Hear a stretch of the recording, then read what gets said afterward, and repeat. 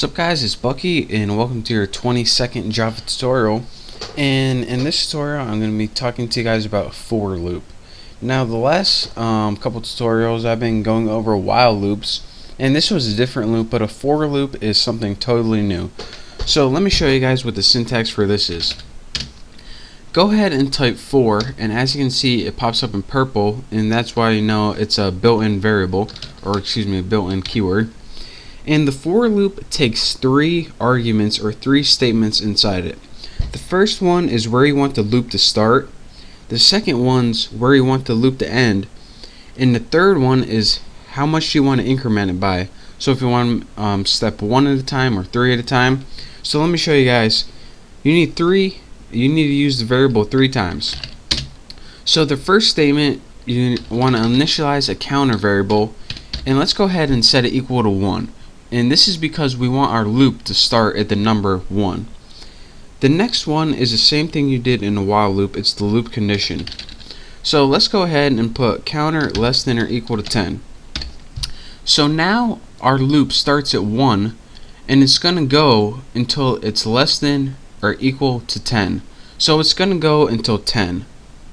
So next thing, we want to say how much do we want our counter to increment by.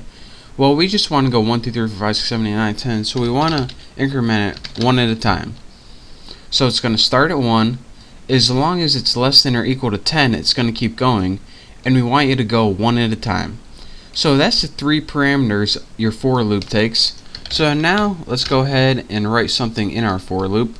Let's just write system out print line, and we'll just print the counter. Now let's go ahead and run this, see if we got any errors, and we don't. And as you can see down in our run box, 1, 2, 3, 4, 5, 6, 7, 8, 9, 10. And again, this happened because it started at 1, our counter variable. The next thing it did is ran until it was greater or equal, less than or equal to 10. Once it got to 11, it says, alright, am I less than or equal to 10? No. So I'm not going to do this loop anymore. And then I incremented it one at a time. You can also increment it like something like 3 at a time by pressing plus equals 3. Remember we learned that in one of the previous tutorials. Now once you change the incrementer, instead of stepping by 1, it steps by 3 at a time. 1, 4, 7, 10. The next one's 13, which is outside our condition, so it proves false.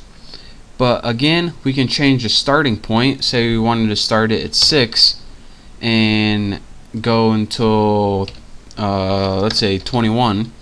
So now it starts at 6 and goes to 21 and steps by 3s.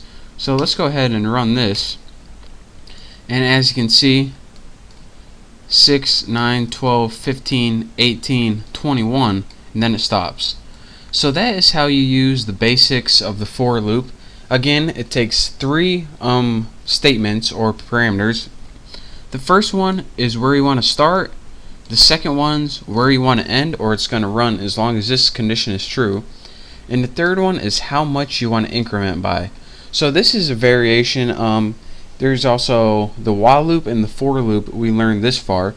There's also a couple other loops that I'm going to be teaching you probably in the next couple tutorials. But for now, play along with the play around. There we go. Not play along with it. Play around with a for loop until you get good at it. And once you do, you're ready to move on to the next tutorial. So again, thank you guys for watching. Make sure to subscribe, and I'll see you next time.